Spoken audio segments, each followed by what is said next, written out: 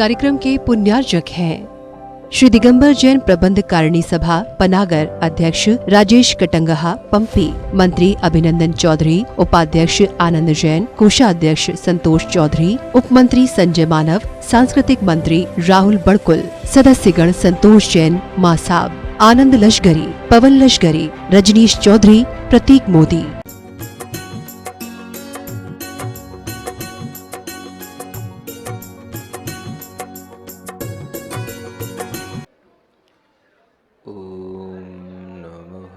सिद्धिभ्यः ॐ नमः सिद्धिभ्यः ॐ नमः सिद्धिभ्यः ओकारं बिन्दुसंयुक्तं नित्यं ध्यायन्ति योगिनः कामदं मोक्षदं चैव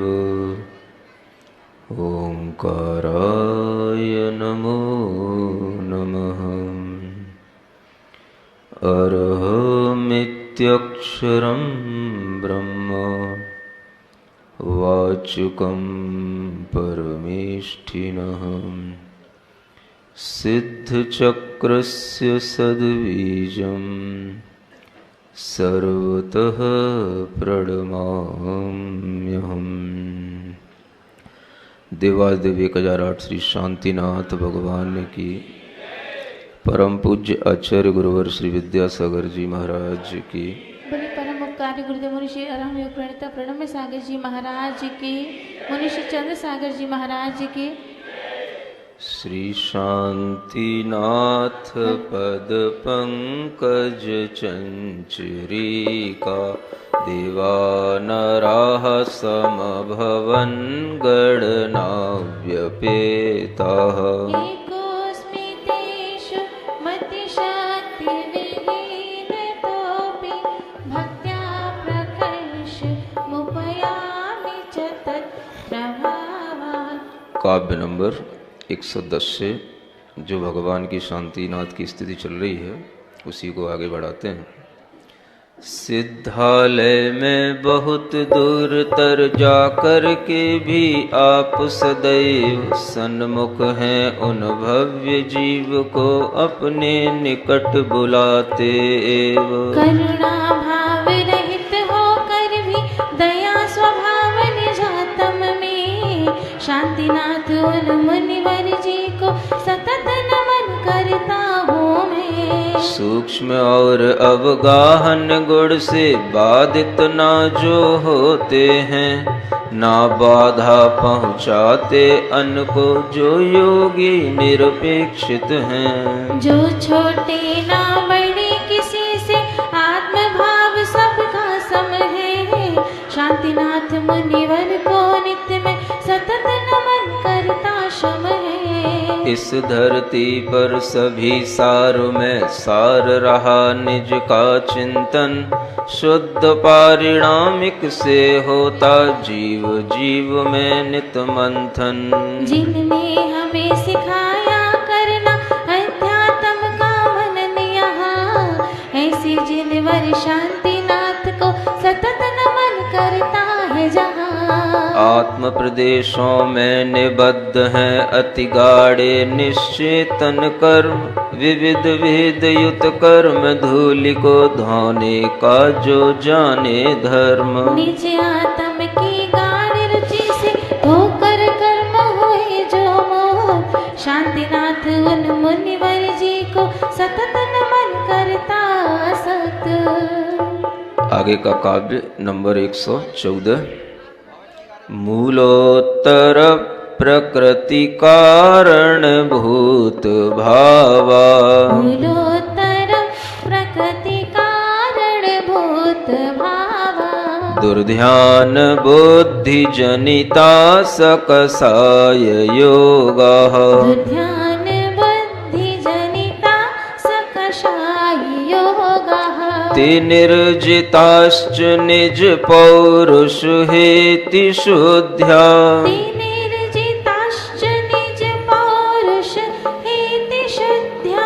तं शान्तिनाथ मुनिपं सततं नमामि। तं शान्तिनाथ मुनिपं सततं नमामि। मूल और उत्तर कर्मों के कारण भूत बने जो भाव, वे दुर्बुद्धि असत ध्यान से योग कषायों को कर चाव। निज में निज पुरुषार्थ अस्त्र की शुद्धि से सब जीत लिए, शांतिनाथ उन मुनिवर जी को सतत नमन मन प्रीत लिए। यह शांतिनाथ भगवान की स्तुति में भगवान के निर्वाण कल्याणक होने के बाद भी उनके गुणों को याद करते हुए, उनका स्मरण करते हुए, यह कर्म विजेता के रूप में भगवान की यहाँ पर स्तुति की जाती है। भगवान ने मूल और उत्तर प्रकृति के कारणभूत जो भाव थे, उन भावों को अपने पुरुषार्थ से जीता। भगवान अपनी आत्मा में निबद्ध कर्मों को, जो मूल कर्म के रूप में भी हैं और उत्तर कर्म के रूप में भी हैं, उन सब कर्मों को भगवान ने निर्मूलित किया, नष्ट किया। अपने अंतरंग में होने वाले अपने ही पुरुषार्थ से भगवान ने कुछ उपलब्धियां हासिल की। व्यक्ति जब कोई भी पुरुषार्थ स्वात्म हेतु करता है, अपनी आत्मा के लिए करता है, तो उसी पुरुषार्थ को वास्तव में पुरुषार्थ कहा जाता है। भगवान के अंदर भी हम लोगों की तरह, आप लोगों की तरह यही दुर्ध्यान, यही कसाएं, यही योग, ये सब चला करते थे। क्योंकि संसारी आत्मा कभी भी इन चीजों से अपने आप को मुक्त कर नहीं सकता। दुर्ध्यान तब तक चलता है जब तक यह जीव परिग्रह के साथ में, जब तक यह जीव कसाय के साथ में संसार में सुख मानता है। संसार में सुख है, इस बात की परिकल्पना बहुत आसानी से नहीं मिटती, क्योंकि यह जन्म जन्मांतरों के संस्कार से उत्पन्न हुई परिकल्पना है। और जो संसार हमें यथार्थ रूप में दिखाई देता है, उस संसार को भी हम यथार्थ मान करके, उसको सत्य मान करके जब तक चलते रहते हैं, तो उस संसार में हमें कभी भी अनित्यता प्रतिभासित नहीं होती, चाहे उसमें हर चीज भले ही अनित्य बनी रहे। संसार में रहने वाले जीव के लिए संसार बिल्कुल नित्य दिखाई देता है, बना हुआ था, आगे भी बना रहेगा। ऐसा लगता है कि जैसे संसार में अनित्य जैसी कोई चीज है ही नहीं। जब तक हमारी आंखें खुली रहती हैं, जब तक हमारा जीवन चलता रहता है, हमें ऐसा ही लगता है कि संसार में अनित्य जैसा कुछ नहीं है।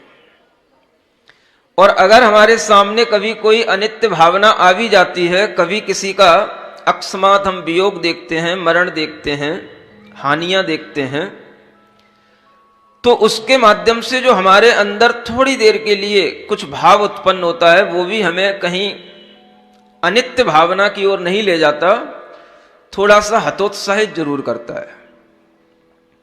ऐसा हो गया, ऐसा होना नहीं चाहिए था, बेचारा चला गया, जाना नहीं चाहिए था। एक भीतर से निराशा का भाव आता है, हतोत्साहित होने का भाव आता है। अनित्य भावना का विचार करने का भाव शायद तब भी नहीं आ पाता।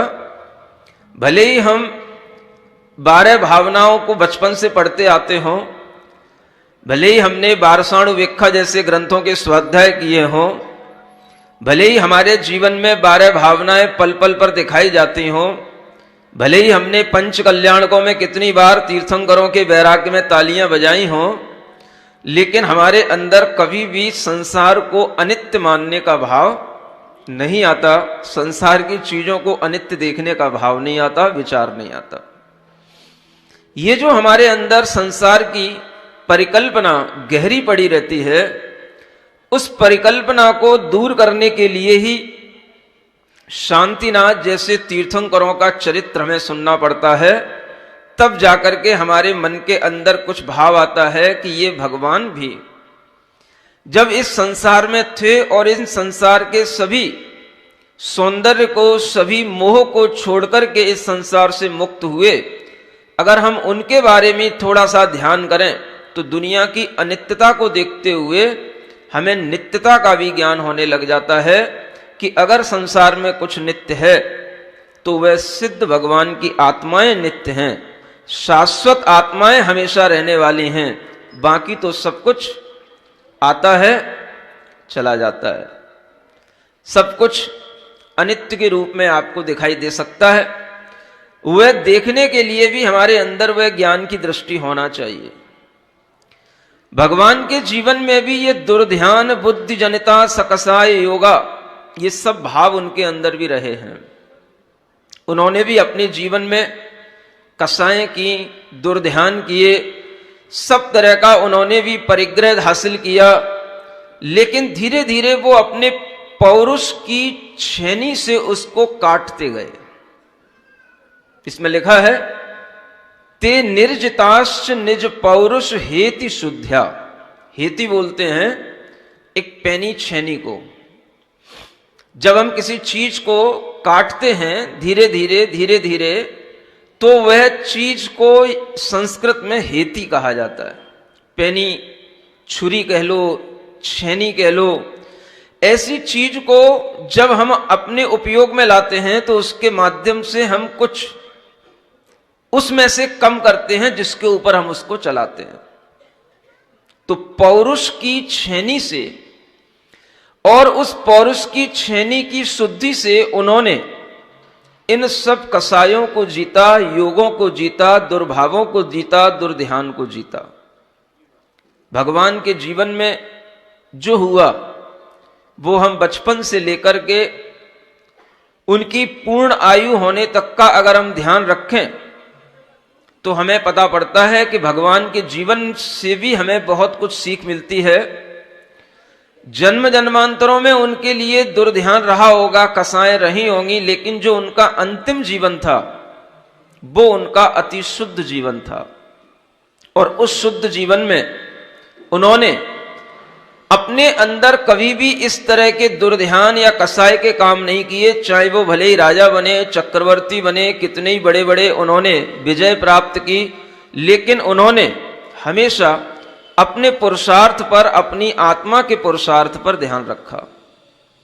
आत्मा का यह पुरुषार्थ जब बचपन से चलता है तब उसे मृत्यु तक पहुंचाने में उस जीव का अपना भाग्य, अपने पूर्व जन्म के कषायों की मंदता से उत्पन्न पुण्य, ये सब उसके साथ में काम करता रहता है।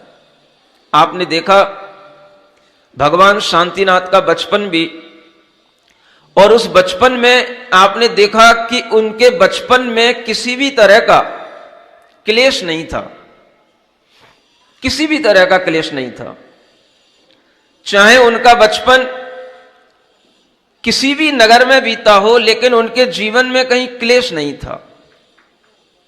भीतर से वह शांत थे, शांति के साथ उनका जीवन जीता चला गया और उनका आनंद भी शांति के साथ उन्हें महसूस होता चला गया।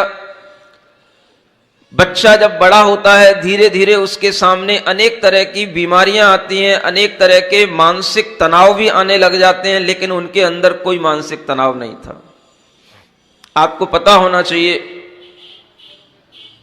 भगवान कभी भी किसी भी स्कूल में जाकर के पढ़े नहीं, पढ़ते नहीं। सुन रहे हो? कोई भी तीर्थंकर किसी स्कूल में जाकर के पढ़ते नहीं, किसी भी गुरु के समक्ष किसी भी तरह का कोई अध्ययन नहीं करते। जो उनका यह अंतिम चरम भव होता है उस भव की बात बता रहा हूं, ये तीर्थंकर की विशेषता बता रहा हूं। उससे पहले वह गुरुकुलों में अपने पूर्व जन्म में पड़े हो सकते हैं, लेकिन तीर्थंकर जिस भाव में जन्म लेते हैं वो कभी कुछ पढ़ते नहीं। आप सोचो, क्या बिना पढ़े लिखे भी एक आदमी इतना पूज्य बन सकता है? क्या बिना किसी के पढ़ाए हुए भी हमारा बेटा पढ़ सकता है? हमारी धारणाएं इतनी ज्यादा बिगड़ चुकी हैं इस सामाजिक परिवेश में कि हम अपने बच्चों के लिए कभी ये सोच ही नहीं सकते कि हम इसको बिना पढ़ाए भी बहुत कुछ पढ़ा सकते हैं। आज हर व्यक्ति के लिए जैसे ही बच्चा बड़ा होता है तो उसे शिक्षा के क्षेत्र में आगे बढ़ाने के लिए अच्छी स्कूलों पर ध्यान जाता है। और अच्छी स्कूलों का मतलब क्या है? जहां पर बड़ी बड़ी मोटी मोटी फीस चलती हो, जहां पर लाइन लगी रहती हो, जहां पर 2 महीने पहले से हमारे लिए वहां पर एप्लीकेशन देनी पड़ती हो, और जहां पर हमें नंबर लगाने के लिए, अपॉइंटमेंट लेने के लिए खड़ा रहना पड़ता हो, उसका नाम है बड़ा स्कूल। ये बड़े स्कूल की परिभाषाएं हैं। ऐसे बड़े स्कूलों में पढ़ने के लिए, पढ़ाने के लिए जब माता पिता बच्चों के लिए लालायित रहते हैं तो वे बच्चे वहां पहुंच तो जाते हैं, लेकिन उन स्कूलों में पहुंचने के बाद भी माहौल वैसा ही होता है जैसा सामान्य स्कूलों में होता है। क्लास का स्टैंडर्ड हो सकता है, कुछ स्मार्ट क्लासेस के नाम पर क्लासेस चल सकती हैं, कुछ टीवी से, मोबाइल से उन्हें कुछ कोर्स लर्न कराए जा सकते हैं, उनकी स्टडी कराई जा सकती है, लेकिन इतने मात्र से बच्चा टैलेंटेड हो जाए, बच्चा अच्छा सुशिक्षित हो जाए, बच्चा संस्कारवान हो जाए, ये माता पिता की बहुत बड़ी भूल होती है। आज की पढ़ाइयां सिर्फ इस बात पर निर्भर करती हैं कि हम बच्चों को कितनी महंगी स्कूलों में पढ़ा रहे हैं और बच्चों को कितनी महंगी महंगी ट्यूशन दिला रहे हैं, कोचिंग दिला रहे हैं।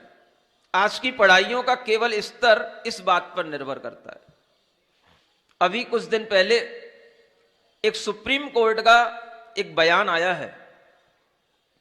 सुप्रीम कोर्ट ने एक बात कही है, दुनिया से कही है और दुनिया की उन सभी शिक्षण संस्थाओं से कही है जो महंगी महंगी पढ़ाई पढ़ा रहे हैं और महंगे महंगे पढ़ाइयों के साथ में बच्चों के लिए उन्हें परेशानी पैदा कर रहे हैं।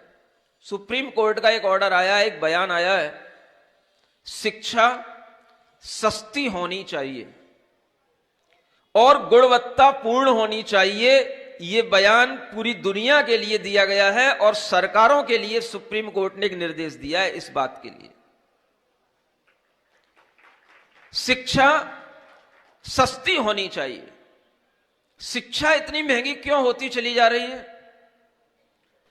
आज की शिक्षा इतनी महंगी होती चली जा रही है कि सामान्य व्यक्ति अपने बच्चों को उन शिक्षाओं के माध्यम से आगे बढ़ा ही नहीं पा सकता।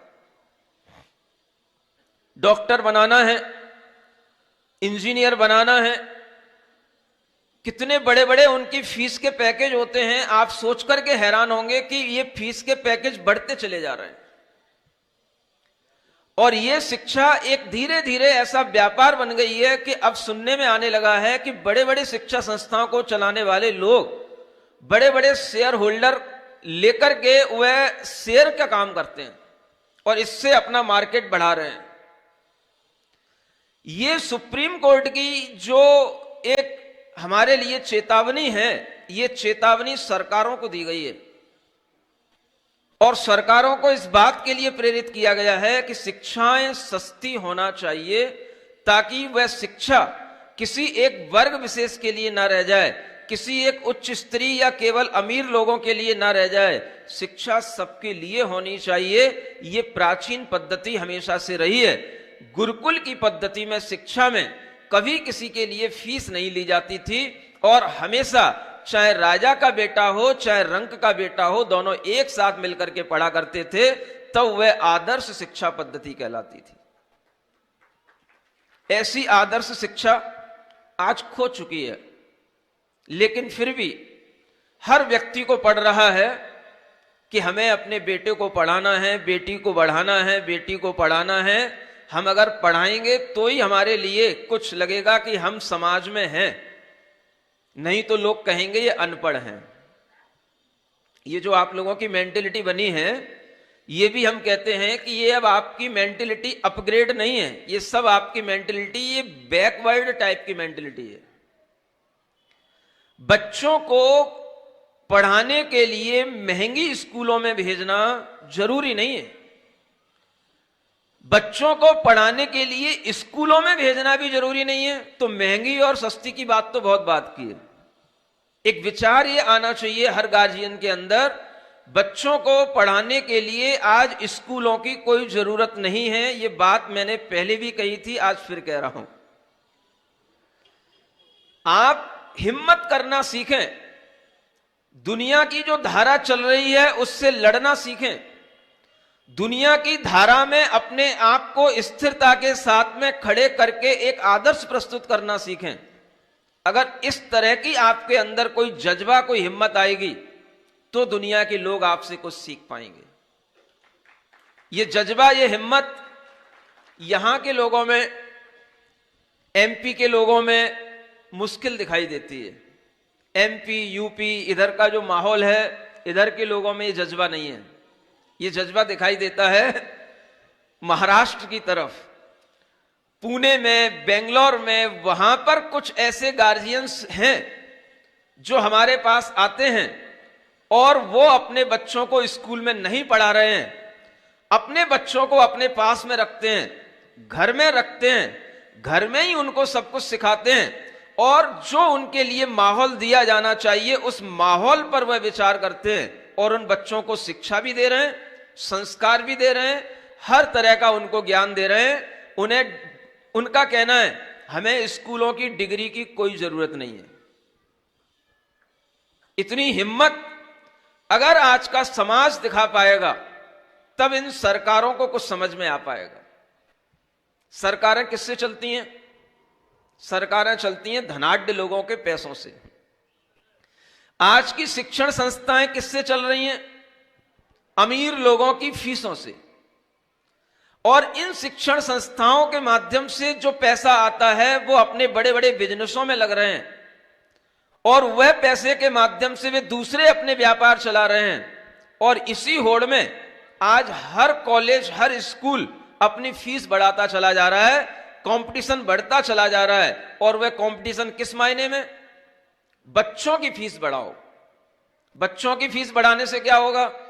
स्कूल का लेवल बढ़ेगा, टीचरों की फीस बढ़ेगी, प्रिंसिपल की फीस बढ़ेगी और जिसकी जितनी अच्छी फीस होगी वो उतना ही बड़ा टीचर माना जाएगा, उतना ही बड़ा प्रिंसिपल माना जाएगा। ये ट्रेंड बन रहा है।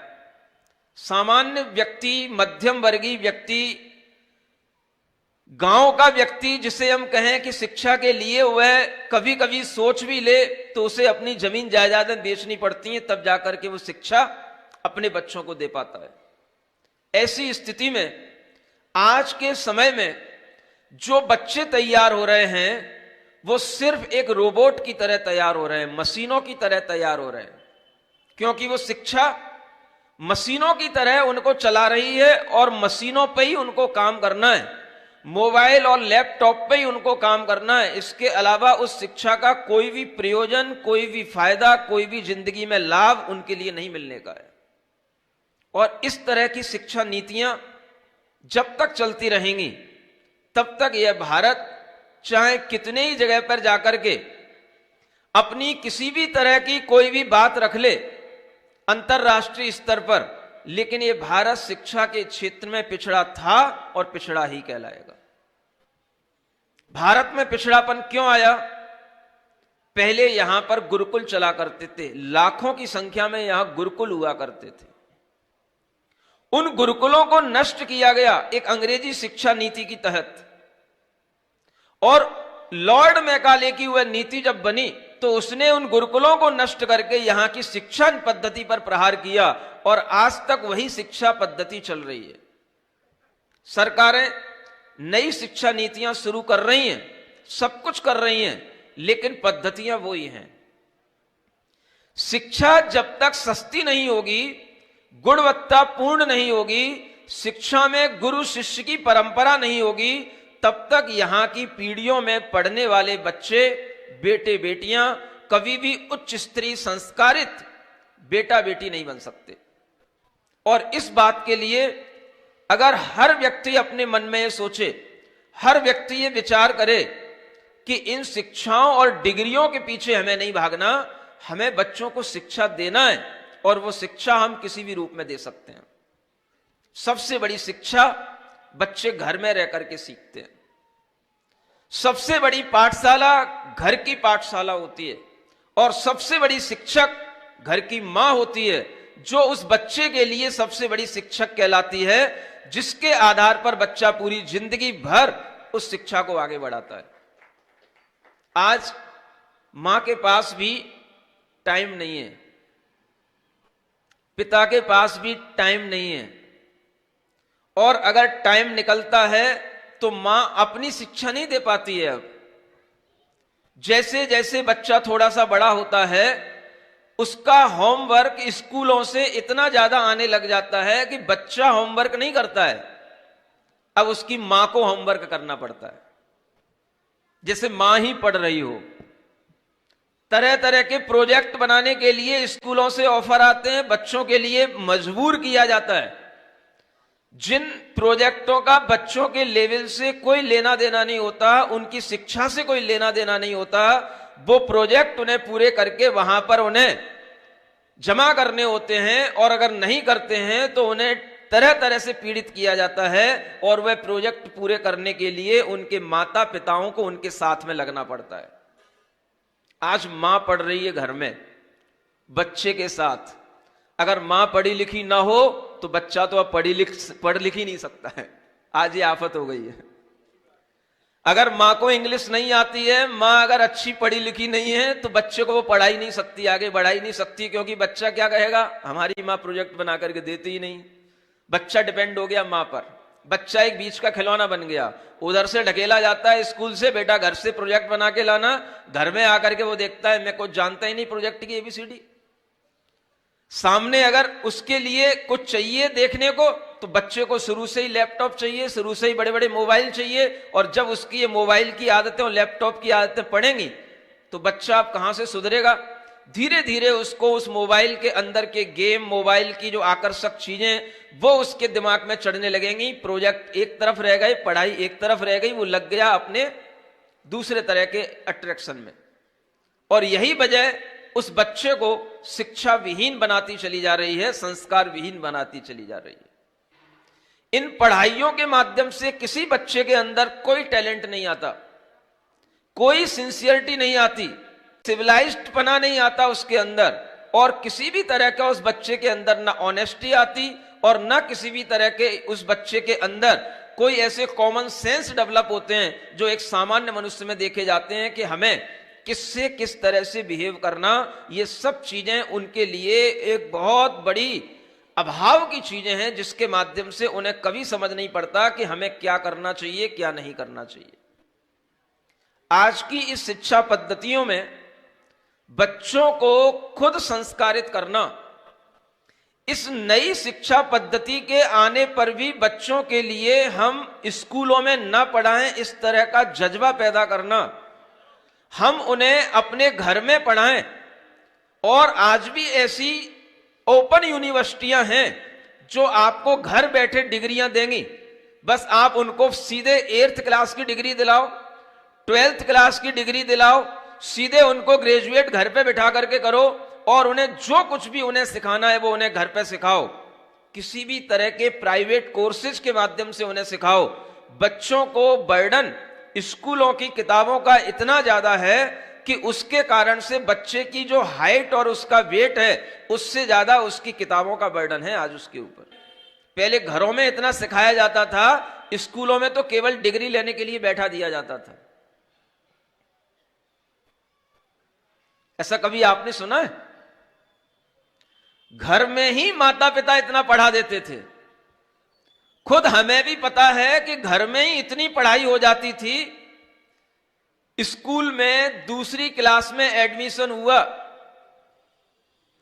दूसरी क्लास की हाफरली का एग्जाम दिया और बच्चे को घर में ही इतना पढ़ा दिया जाता है कि वो तीसरी क्लास में पूरा कोर्स अगले 6 महीने में कर लेता है और तीसरी क्लास का ईयरली एग्जाम अगली उसी साल को दे लेता है। वो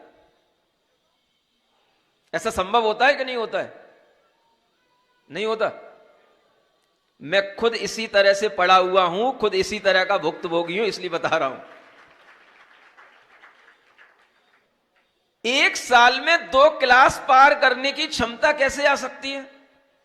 ये तभी आ सकती है जब बच्चों को घर में पढ़ाया जाता हो। क्या पढ़ाया जाता है स्कूलों में? जो बच्चे के काम की चीजें हैं वो तो स्कूलों में पढ़ने में नहीं आती और बेकाम की चीजें ज्यादा पढ़ाई जाती हैं। अपर लेवल की फिजिक्स की, केमिस्ट्री की चीजें जो कभी बीएससी एमएससी के कोर्स में हुआ करती थी, वो आज 8th 9th के कोर्सों में आने लग गई हैं। ये बच्चों के ऊपर जो एक अनावश्यक दबाव डाला जा रहा है, ये उनके मानसिक और शारीरिक विकास के लिए बहुत बाधक है और इसी के कारण से बच्चे बड़े होते होते डिप्रेशन में जाने लग जाते हैं। चारों तरफ उन्हें कंपटीशन दिखाई देता है। बड़े होते होते इतना कंपटीशन दिखाई देता है कि उन्हें समझ ही नहीं आता कि बिना पढ़े जिंदगी चलेगी नहीं और पढ़ने के लिए आगे बढ़ो तो ये दुनिया के नेट, कैट, नीट, न जाने क्या क्या के सीट दुनिया के तो एग्जाम आ गए सामने। इनको पढ़े बिना जब तक बच्चा वहां से गुजरेगा नहीं, वहां से आगे निकलेगा नहीं, तब तक उसके लिए कभी भी ऐसा लगेगा ही नहीं कि हमारे जीवन में ये पढ़ना इतना महत्वपूर्ण था और हमें ये पढ़ने के लिए ये कुछ करना चाहिए। आज की स्थिति में इन बच्चों को पढ़ाने के लिए आपको घर में एक अच्छा माहौल देने की आवश्यकता है और वह घर का माहौल बनता है हमारे अपने भावों से, हमारे अपने विचारों से। वह बड़ा बनते हैं कि हमारे अंदर वो क्वालिटी होनी चाहिए जिस क्वालिटी के माध्यम से हम एक सुखी जीवन, पारिवारिक जीवन, समृद्ध जीवन जी सकें। और वह क्वालिटी क्या होती है? अगर आपको अपने बच्चे को क्वालिटेटिव बनाना है तो उसे इस तरह का माहौल देना पड़ेगा जिस माहौल में उसके अंदर वह क्वालिटी डेवलप हो। आज बच्चों के लिए अगर माहौल मिलता है उन्हें चारों तरफ आलोचना करने का, तो वह बच्चे आलोचना के माहौल में रहने वाले बच्चे आलोचना करना सीख जाते हैं। जैसा माहौल दोगे आप, बच्चे वैसा सीखेंगे। ये माता पिता की बहुत बड़ी एक समझदारी होती है कि हम बच्चों को कैसे माहौल में पालन करें। माता पिता बच्चों के सामने अगर कभी एक दूसरे की आलोचना करेंगे, किसी पड़ोसी की आलोचना करेंगे, किसी दूसरे की निंदा करेंगे, बच्चा अपने आप दूसरों की आलोचना, दूसरों की निंदा करना सीख लेता है। If a child lives with criticism, they learn to condemn. अगर एक बच्चा क्रिटिसाइज के माहौल में रह करके बड़ा हो रहा है तो समझ के चलना कि वह बच्चा आगे चल करके दूसरों की आलोचनाओं में निपुण होगा, दूसरों की निंदा करने में निपुण होगा। बच्चों के सामने कभी भी किसी की निंदा नहीं करनी चाहिए, बच्चे के सामने कभी किसी की आलोचना नहीं करनी चाहिए। ये किसको सीखना है? ये माता पिता को सीखना है। ये माहौल माता पिता को बच्चे को देना है। नहीं तो बच्चा बड़ा होने के बाद में दूसरों के ऐप देखेगा, दूसरों की नेगेटिव पॉइंट ढूंढेगा, दूसरों की आलोचना करने में चतुर बनेगा और इसी के माध्यम से फिर वह बच्चा धीरे धीरे अपनी पॉजिटिविटी को खोता चला जाता है और ऐसा बच्चा कभी भी सक्सेस नहीं हो पाता अपने जीवन में। पढ़ाई में सक्सेस हो जाए अलग बात है, लेकिन जीवन में सक्सेस होने की शिक्षा घर की पाठशाला से दी जाती है और घर की पाठशाला मां और पिता के माध्यम से चलती है। ऐसी शिक्षा जो हमें जीवन में सफल बनाए, वो शिक्षा आप बच्चों को देना सीखें तो बच्चे कुछ लायक बनेंगे। If a child lives with praise, they learn to be appreciate. अगर एक बच्चा प्रशंसा के साथ में जीने का सीखता है, उसके सामने किसी दूसरों की निंदा ना की जाए, दूसरों की हमेशा प्रशंसा की जाए, तो वह बच्चे के अंदर अपने आप एक क्वालिटी डेवलप होती है कि वह बच्चा हमेशा दूसरों की प्रशंसा करना सीखेगा, वह हमेशा दूसरों के लिए अच्छा कहना सीखेगा, वह दूसरों को एप्रिसिएट करना सीखेगा। ये सीखने की ललक हम बड़े होकर के उस बच्चे में नहीं डाल सकते। जिस समय पर बच्चे की उम्र सीखने की होती है, उस समय पर उसे उसी घर के माहौल से उसके अंदर ये संस्कार डाले जाते हैं। आप पूछते हो बच्चों में हम कैसे संस्कार डालें? ये संस्कार डालें, बच्चों के सामने कभी ना उसके लिए निंदा करें और ना कभी बच्चों के सामने लड़ें झगड़ें, और ना कभी बच्चे को ऐसा लगे कि हमारे सामने किसी दूसरे की चर्चाएं ज्यादा होती हैं। इसके माध्यम से भी बच्चों के अंदर बहुत ही निराशा और उनका हिरासमेंट होता है। बच्चों को बड़े बनाते हुए माता पिता अगर ध्यान रखेंगे तो उनके लिए सबसे बड़ी जरूरत की चीज है कि उस बच्चे की तुलना वे किसी भी दूसरे बच्चे से न करें, और कभी भी उसके अंदर की जो एबिलिटी है वह कभी भी कमजोर नहीं पड़ेगी। इसलिए बच्चों को ऐसा परिवेश दो जिसमें उस बच्चे के सामने कभी उसके लिए हताशा उत्पन्न ना हो। मैं हमेशा देखता हूं, हर माता पिता बच्चे को साथ में लेकर के आते हैं, बच्चा बैठा होता है, चाहे वो बेटा हो चाहे बेटी हो, उसी के सामने टूट पड़ते हैं। महाराज ये पढ़ता नहीं, ये मोबाइल देखता है, ये खेलता है, इसका पढ़ने में मन नहीं लगता है। अब ये बातें वो घर में पहले भी 50 बार सुन चुका है, और यही बात जब उसके सामने किसी दूसरे से कही जाती है तो ये बच्चा सोचता है ये हमको बिल्कुल ही बेवकूफ या बिल्कुल ही बेकार समझ रहे हैं। ऐसी स्थिति में बच्चे को जब ये लगता है कि हमारी जगह जगह पर निंदा होती है, हमारी जगह जगह पर कंप्लेंट होती है, तो उस बच्चे के अंदर एक जिद्दीपन आ जाता है, और उस जिद्दीपन के कारण से बच्चा सोचता है अब ठीक है, मम्मी ने कह ही रखा है कि ये नहीं पढ़ता है तो अब हमें पढ़ना ही नहीं है। ये आदत आती है बच्चे के अंदर। ये सबसे बड़ी कमी माता पिता करते हैं। क्या जितने भी क्रिकेटर हैं सब बड़े बड़े पढ़ लिख करके ही क्रिकेटर बनते हैं? थॉमस अल्वा एडिसन जैसे लोग जो घर की पढ़ाई में कभी भी, स्कूल की पढ़ाई में कभी भी अच्छे सक्सेस नहीं हुए और स्कूल में घोषित कर दिया गया था ये बिल्कुल ही अज्ञानी है, इसके अंदर कोई समझ नहीं है, इसके अंदर कोई भी टैलेंट नहीं है, ऐसा स्कूल में कह दिया गया था। लेकिन फिर भी उसकी मां ने उसको पढ़ाया, और उसकी मां ने कभी भी उस शिक्षक की बात के अनुसार उसे कभी भी बेकार नहीं समझा, और वही बच्चा आगे बनकर के दुनिया का सबसे बड़ा साइंटिस्ट बनता है। अब्राहम लिंकन जैसे लोग जो यूएस के राष्ट्रपति बने, ऐसे लोग दुनिया में 25 बार अपने जीवन में 20 बार असफल हुए, जिंदगी भर लड़ते रहे, हर चुनाव हारते रहे, जीवन में ना कभी पत्नी का सुख मिला, ना कभी किसी अपने बच्चे का सुख मिला, बस अपना ध्येय बना करके लड़ते रहे, जीते रहे, लड़ते रहे, जीते रहे, और अंत में जाकर के 35 साल के बाद में वह दुनिया में सबसे बड़ा यूएस का राष्ट्रपति बना। वो अब्राहम लिंकन जैसे लोग, इनकी जीवनी पढ़ो। क्या दुनिया में सिर्फ पढ़े लिखे लोग ही आगे बढ़ते हैं? आज आप देखोगे कि दुनिया की बड़ी बड़ी कंपनी चलाने वाले लोग आपकी बच्चों की शिक्षा से बहुत कम शिक्षा प्राप्त लोग हैं, और जो दुनिया में बड़ी बड़ी कंपनी चला रहे हैं। ऐसे दुनिया में बहुत सारे लोग मिल जाएंगे जिनकी पढ़ाई का कोई स्तर नहीं है, लेकिन आज बहुत बड़े बड़े व्यापारी हैं। दूर तो क्या, कभी जाकर के इनसे ही पूछ लेना, अशोक जी पाटनी से, ये कौन सी कैम्ब्रिज यूनिवर्सिटी में पढ़ के आए थे, कौन सी हार्वर्ड यूनिवर्सिटी में इन्होंने कौन शिक्षा ली थी, लेकिन आज दुनिया में अपना नाम है उनका, और जैन जगत में भी उनका नाम है। आदमी के लिए काम करने की योग्यता आनी चाहिए, और वह योग्यता उसकी जिस उम्र में आती है, उस उम्र में अगर वह योग्य अपने आप को महसूस करने लग जाता है तो दुनिया में हर काम हर व्यक्ति कर सकता है। ये पढ़ाइयां कोई काम की नहीं है जिन पढ़ाइयों में आदमी अपना सब कुछ झोंक रहा है।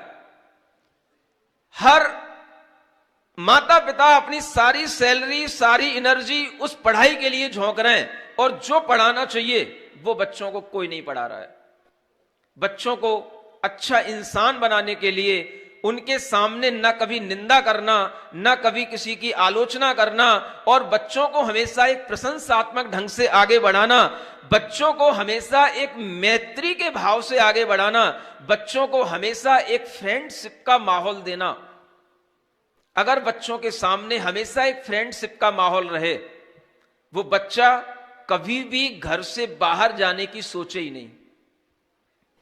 मैं आपसे कह रहा हूं, बच्चे अगर खुद ब खुद इच्छा कर रहे हैं, नहीं मुझे घर से बाहर कहीं बेंगलोर जाके पढ़ना है, कि मुझे कहीं बॉम्बे जाकर के पढ़ना है, आप मान के चलना कि बच्चों को घर में फ्रेंडशिप का माहौल दिया ही नहीं गया।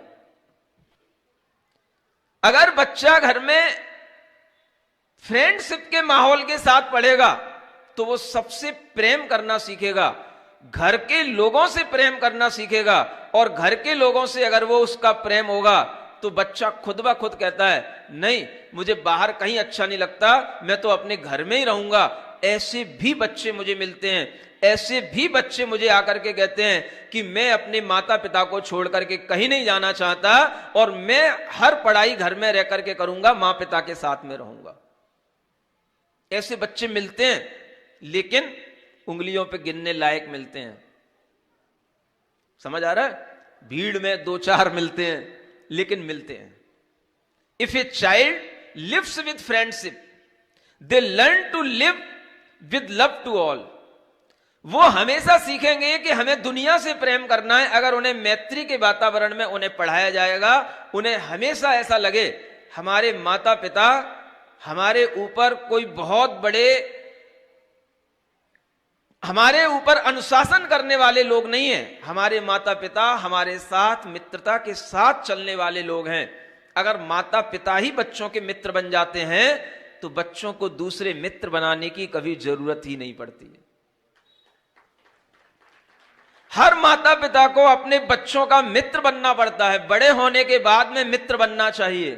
कहा जाता है जब पिता की चप्पल बेटे के पैर में आने लग जाए तो फिर पुत्र की तरह नहीं, मित्र की तरह उसे देखना शुरू कर दो, अपना एटीट्यूड बदल दो, अपने को अनेकांतिक दृष्टि से अब उसे मित्र की तरह उससे बिहेव करो।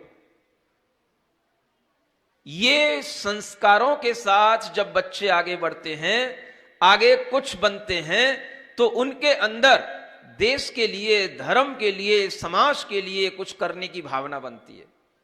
आज कोई भी बच्चा देश, समाज, धर्म के लिए कुछ नहीं बनना चाहता। बस हम बन गए इंजीनियर, हम बन गए डॉक्टर, बस हमें अपना बस घर चलाना, अपने घर में भी अपने अलग, अपना परिवार अपने घर के लिए अलग रखना है, अपने को अलग जीवन जीना है, अपना अलग शहर में अपना अलग व्यापार करना या अपनी अलग सर्विस करना, अपनी पति पत्नी, बस, और इसके अलावा कुछ नहीं। ये जो विचार आ रहे हैं, ये विचार बच्चों को कुछ भी नहीं बना रहे हैं, और इन्हीं विचारों के कारण से बच्चे धीरे धीरे संस्कार विहीन होते चले जा रहे हैं। हमें तीर्थंकरों से सीखना है। हम तीर्थंकरों की बातें करते हैं, पंच कल्याणक करते हैं, खूब पैसा बर्बाद करते हैं, लेकिन कभी भी तीर्थंकरों के जीवन से कुछ नहीं सीखते। अगर आपको तीर्थंकरों के बचपन से कुछ सीखना है तो सबसे पहले यही चीज सीख लो। घर में रह करके तीर्थंकरों ने कभी कुछ नहीं पढ़ा, किसी भी गुरु के पास में जाकर के नहीं पढ़ा, और सब कुछ उन्होंने खुद ब खुद अपने ज्ञान से अर्जित किया। वह ज्ञान उन्हें पूर्व जन्म के संस्कारों से भी प्राप्त था, और इस जन्म में भी उनके लिए ऐसा माहौल दिया गया जिसके कारण से उनका ज्ञान बढ़ता चला गया। कभी आपने सोचा कि तीर्थंकरों के लिए जन्म होने के बाद में देव लोग उनके साथ में क्यों क्रीड़ा करते हैं? देवलोग उनके साथ में क्यों खेलते हैं? देवलोक का मतलब एक ऐसी अच्छी कंपनी, एक ऐसी अच्छी संगति जिसके माध्यम से उनका जीवन अच्छे अच्छे गुणों के माध्यम से आगे बढ़ता है। न वो कभी लड़ेंगे, न झगड़ेंगे, न कोई बुरी बात बोलेंगे, न कभी किसी से भिड़ेंगे।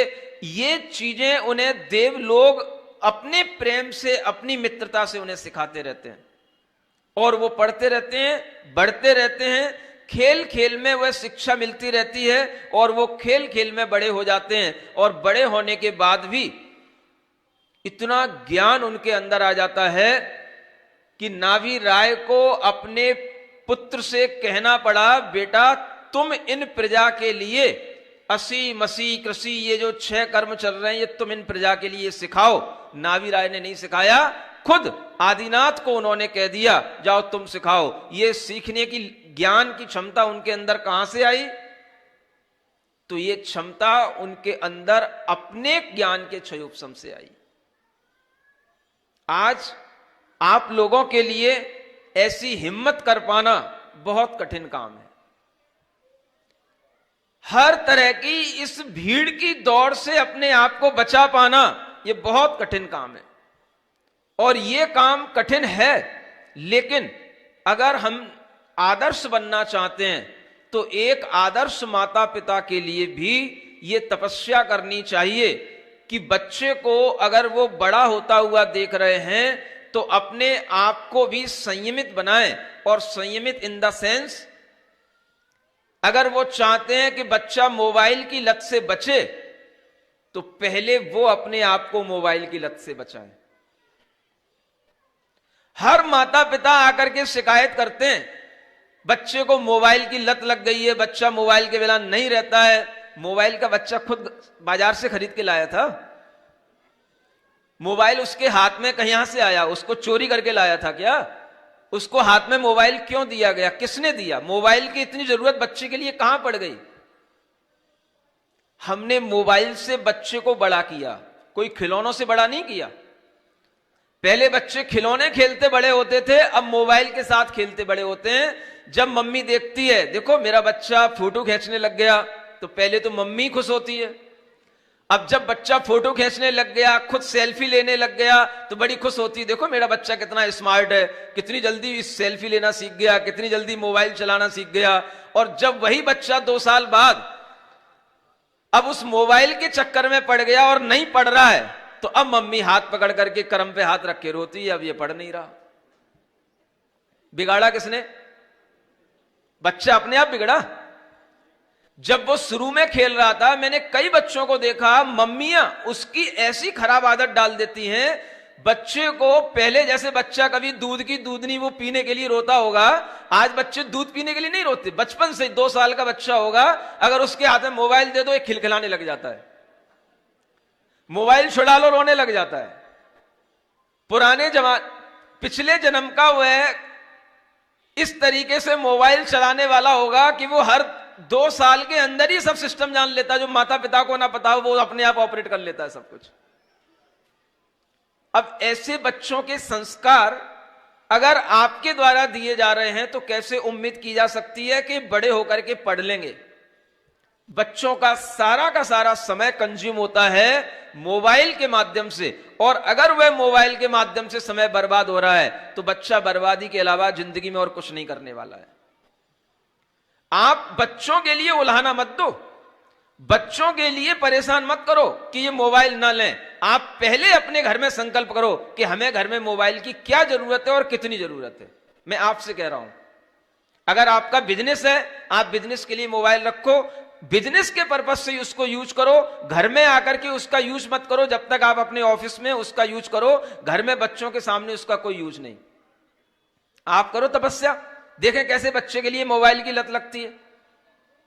जब बच्चा बड़ा हो रहा है आप उसके लिए मोबाइल की लत खुद लगा रहे हो, और जब वो बड़ा हो जाएगा तो फिर उससे आप परेशान होगे, तो फिर आपके लिए वो सिर्फ एक सिर दर्द रहेगा, इससे ज्यादा कुछ नहीं होगा।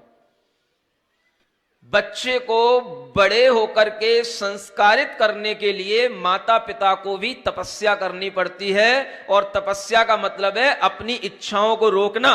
अगर आप अपने आप को टीवी से रोक पाते हो, मोबाइल से रोक पाते हो, तो बच्चे का ध्यान टीवी और मोबाइल से हटेगा, अन्यथा केवल उसके ऊपर कमेंट्स करते रहने से बच्चा कभी मोबाइल से नहीं हट सकता। यह काम आपको करना पड़ेगा। आदर्श परिवार बनाने की कोशिश करो, आदर्श माता पिता बनने की कोशिश करो, और इस तरह की एक मुहिम चलाओ कि कौन से घर, कौन से आदर्श घर हैं जहां पर माता पिता खुद मोबाइल नहीं रखते हैं, घरों में आकर के बच्चों के सामने मोबाइल से बात नहीं करते हैं, और घर में भी टीवी अपने केवल लिमिटेड टाइम पर देखते हैं, कुछ विशेष न्यूज सुनने के लिए या कुछ विशेष चीजें देखने के लिए। इसके अलावा बच्चों के सामने कभी टीवी नहीं देखते हैं। अगर घर में माता पिता इस तरीके का आदर्श उपस्थित करें तो मुझसे आकर के कहना वो बच्चा कैसे मोबाइल का आदी बनता है और कैसे वो नहीं पढ़ता है, ये मुझसे आकर के फिर आप बताना। पहले आप सुधरो तब बच्चे सुधरेंगे। माता पिता तो 21वीं क्या 22वीं शताब्दी में जाने की तैयारियां कर रहे हैं। माता पिता तो दुनिया में इतना ज्यादा फ्रैंक होकर के आगे बढ़ने की कोशिश कर रहे हैं कि वह बच्चों के ऊपर सारा का सारा बर्डन चाहते हैं, बर्डन डाल देते हैं, बच्चा ऐसा बने, बच्चा ऐसा बने। तुम भी तो कुछ बनो पहले। यह तपस्या करनी पड़ेगी, तब जाकर के बच्चों की स्वास्थ्य, उनकी आंखें, उनका मानसिक स्तर, तब कुछ अच्छा बनेगा, और तब जाकर के वो बच्चे किसी लायक बनेंगे। ऐसे आदर्श माता पिता बनने की पहल करना शुरू करो। सुनने से काम नहीं चलेगा। दुनिया के अंदर जब तक आप कोई पहल नहीं करोगे तब तक कोई बदलाव नहीं आने का। आदर्श माता पिता का मतलब है जिनके घरों में मोबाइल बच्चों के सामने नहीं चलाए जाते। ऐसे माता पिता बनने के लिए आपको अपने घर में तपस्या करने के लिए अपना मन बनाना पड़ेगा, और ऐसी अगर मुहिम चलेगी, लोग रजिस्ट्रेशन करेंगे कि हां मैं इस प्रकार का संकल्प लेती हूं कि मैं बच्चों के साथ में इस तरह से मोबाइल का उपयोग नहीं करूंगा, तब जाकर के बच्चे कुछ पढ़ेंगे। आदर्श माता पिता ही आदर्श बच्चों का जन्म दे सकते हैं। आपके लिए यह आदर्शता तब तक नहीं आ सकती जब तक आप अपने आप में खुद परिवर्तन ना लाएं। हर व्यक्ति सुनना चाहता है, करना कुछ नहीं चाहता है। करने का साहस जब व्यक्ति में आ जाता है, बदलाव वहीं से शुरू होता है। और ऐसा साहस अगर आप कर पाओगे तो मैं कहता हूं बच्चों के लिए बिना स्कूली शिक्षा के भी वो बच्चे कभी भी गंवार नहीं बनेंगे। बच्चे बिना पढ़े लिखे भी बहुत संस्कारवान अच्छे दिखाई देंगे, और हमें कई बच्चे संस्कारवान जब दिखाई देते हैं तो उनके लिए बिना पढ़े और बिना पढ़ाई के भी वो इतने अच्छे लगते हैं कि जितने पढ़े लिखे बच्चे संस्कार विहीन अच्छे नहीं लगते हैं। ये क्यों होता है? तो ये सब संस्कारों का प्रभाव होता है। इसलिए आप लोगों को सोचना है, अगर हमें बच्चों पर ध्यान देना है, बच्चों के लिए कुछ करना है, तो सबसे पहले माता पिताओं को अपने शौक कम करने पड़ेंगे। चुप हो गए सब? हाँ, बच्चों के सामने तुम जितना जैसा माहौल बना करके दोगे, बच्चे वैसे ही माहौल में आगे बढ़कर के वैसा ही बनेंगे और वैसा ही आगे करेंगे। मैं कह सकता हूं, जिन घरों में माता पिता कभी होटलों पर जाकर के किसी भी तरह की पार्टियां नहीं मनाते, बच्चों के लिए बर्थडे आने पर उन्हें होटल नहीं ले जाते, वो बच्चे कभी भी बड़े होकर के होटल में खाना खाना पसंद नहीं करेंगे। ये संस्कार उनके अंदर माता पिता दे सकते हैं, लेकिन पहले माता पिता सीखें। उन्हें अपनी मैरिज सेरेमनी मनाना है, बर्थडे बेटे की मनाना है, अपनी मनाना है, चल बेटा होटल, चल बेटा उस रेस्टोरेंट में, चल बेटा इस शहर में। जहां पहुंचोगे वहां पर बच्चों के साथ इस तरह से एंजॉय करोगे, बच्चा धीरे धीरे बिगड़ता चला जाएगा। फिर बड़े होने के बाद करोगे, ये पिज्जा खाता है, बर्गर खाता है, तुम भी तो खाते थे, अब उससे क्यों कह रहे हो? वो कहेगा इनने तो सब शौक कर लिए, मैंने देखा, मुझसे मना करते हैं। ये क्या बात है भाई? बच्चा क्या समझदार नहीं है? तो बच्चा खुद जानता है कि जब आपने सब शौक किए, वहां बैठ करके आपने मैगी, डोसा, पिज्जा, बर्गर सब खाए, अब हमसे मना क्यों करते हो? आपको सावधान होना पड़ेगा। मैं फिर कह रहा हूं, बच्चों को उत्पन्न करना सरल है, लेकिन उन्हें संस्कारवान बना करके एक अच्छा इंसान बनाना जीवन की सबसे बड़ी तपस्या है। और इस तपस्या में अधिकतर लोग फेल हैं, कोई भी इस तपस्या में पास होता नहीं दिखाई दे रहा है। सोच लो आप अच्छे ढंग से, शादी करने की सबको पड़ी है, जॉब करने की सबको पड़ी है, बच्चे पैदा करने की सबको पड़ी है, लेकिन उन्हें संस्कारवान बनाने की बहुत कम पेरेंट्स को समझ में आता है। और इस तरह की शिक्षा देने के लिए, संस्कार देने के लिए आपको जो मेहनत करनी पड़ेगी, जो आपको अपना टाइम, अपना दिमाग उसमें लगाना पड़ेगा, वह जब तक आप पूरा नहीं लगाओगे तब तक उसका कोई रिजल्ट सामने आने वाला नहीं है। इसलिए आपको ध्यान रखना है, हम बच्चे को कैसे माहौल में रखें। बच्चे के लिए जैसा माहौल दिया जाएगा वो वैसा बन जाएगा। बच्चे लड़ रहे हैं, इसका मतलब है आपने उसको कहीं ना कहीं लड़ाई का माहौल दिया। आप उसके सामने लड़ते, कई माता पिता लड़ते, कई भाई बहनों में लड़ाई होती, माता पिता उसके लिए लड़ाते या पक्ष रखते किसी एक का, तो बच्चा धीरे धीरे अपने अंदर एक पार्शलिटी का नेचर, एक जो है फाइटिंग या हॉस्टिलिटी का नेचर अपने अंदर क्रिएट कर लेता है। ये सब बच्चे के अंदर जो आता है, ये सब उस घर के परिवेश से आता है जिसमें वह बच्चा पढ़ रहा होता है, आगे बढ़ रहा होता है। इसलिए बच्चों के लिए पहले बहुत कहा गया है, आज माता पिताओं के लिए कहा जा रहा है। और आज माता पिता अगर इस चीज को समझने लग जाएं, तो मैं कह रहा हूं, बेटियों के घर से भागने का, बेटों के घर से भागने का ये जो एक बहुत बड़ा ट्रेंड और चल पड़ा ये फैशन, ये रुक जाएगा। पहले किसको रुकना है? माता पिता को। बेटियां तब घर से भागने को मजबूर होती हैं जब उन्हें घर में माता पिता एक फ्रेंडशिप की तरह उन्हें एक फ्रेंडली माहौल नहीं देते। और इसी कारण से जब उन्हें लगता है कि हमारी यहां कोई सुनने वाला नहीं, हमें कोई समझने वाला नहीं, हमारी भावनाओं का कोई आदर करने वाला नहीं, तो फिर उन्हें उन्मुक्त होना पड़ता है और उन्हें घर से बाहर जाकर के ही सुख दिखाई देता है।